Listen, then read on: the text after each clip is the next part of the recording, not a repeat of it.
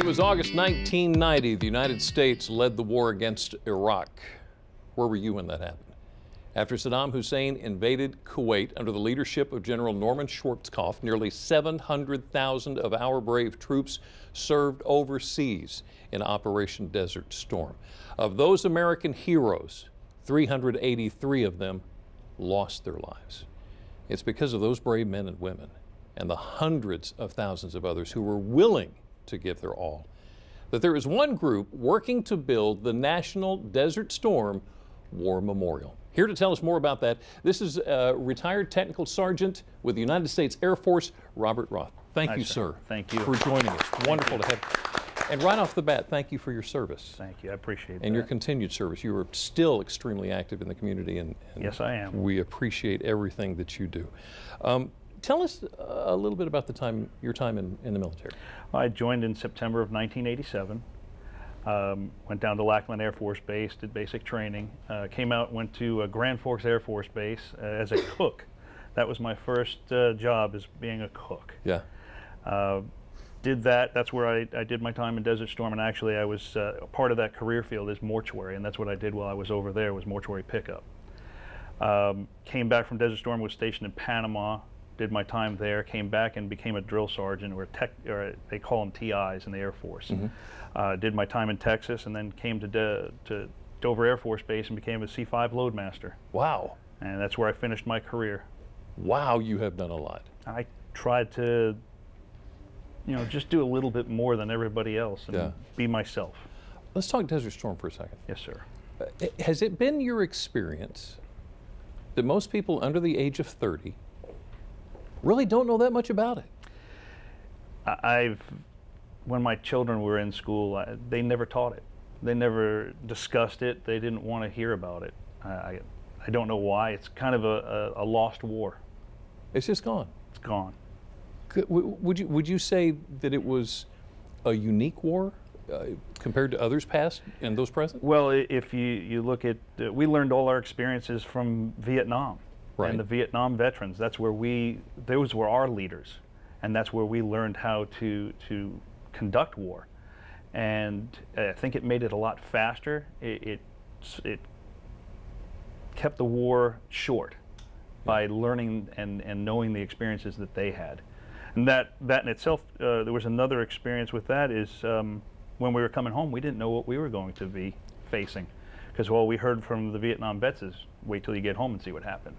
Because it wasn't good for Vietnam vets. No, it wasn't. But when we came home, I got to the airport in Pittsburgh, and everybody swarmed me, thanking me and hugging me and just wanting to shake my hand and touch a veteran that was over there. Yeah. So, okay, so from your standpoint, how was that? What was that like to experience? It being called a hero and being called different things, I wasn't a hero. I did my job. The heroes are the 383 that didn't make it home. Yeah. It was numbing, and it was joyful at the same time. Yeah. So let's talk about the National Memorial, the effort underway to put together a national memorial. Yes, it was signed into law by President Obama and also by President Trump on where it's going to be. Mm-hmm. And just last month, on the 21st, we were given the go for an actual spot. It's going to be at 23rd and Constitution. We're going to be right by our brothers in Vietnam. Wow. That's the preferred spot we wanted, and that's what we got. Right now, we got to build the money up. Right. So that's where we're at. So you've got the place. I don't guess there's any dates or designs or anything? Well, we have several designs. The one that we prefer is the left hook that General Franks, he came up with it, where we would fake the Iraqis into thinking we were coming from the water, right, and we came in from the other side and left hooked them. So you've got a design process. That design is what we're at the stage now, because we have to make the design fit where we're at.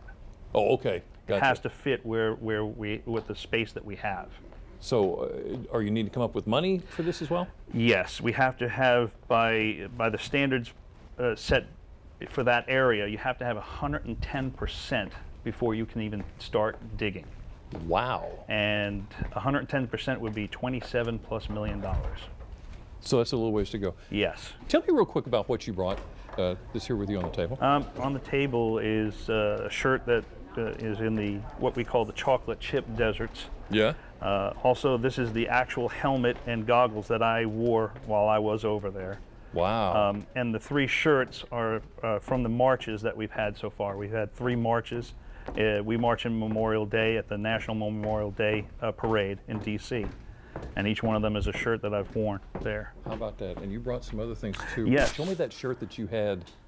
I just want to show you this shirt real quick because this is absolutely incredible. Tell me about this shirt real quick. My mother sent me this shirt while I was over in the desert, and when we were getting ready to leave, all my buddies signed it. Yeah. And you haven't worn this shirt, have you? Haven't worn it one bit. It's been folded up and put away. Why is this effort so important to you?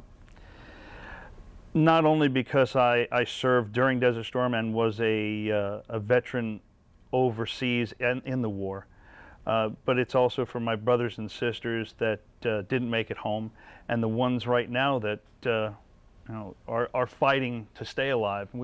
We don't want it to be like the other wars where the veterans came home, didn't see it, and they passed away in time, either through natural or through their own device. We want to have this. I want to see it before I pass away. Right.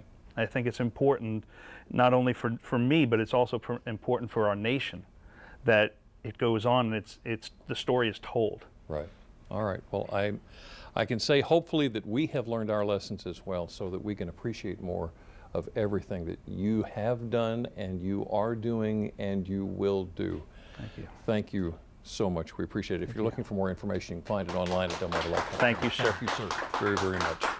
Now we're talking about a different type of men and women in uniform next. The men and women who are on the lookout for those who've committed a crime and they're on the run. You can help by paying close attention in your community. We're going to share this week's list of Most Wanted Monday. And look who's back to bring it to us. Yep, that's him. Wycomico County's Lieutenant Tim Robinson is in the house. He's going to tell us how your watchful eye just might turn into a little bit of quick cash. And another day means another 4 winners in our Summer Guide giveaway. Who is about to kick off this work week in a wonderful way? It might be you. We're going to open the envelopes and let you know. Delmarva Live. We'll be right back.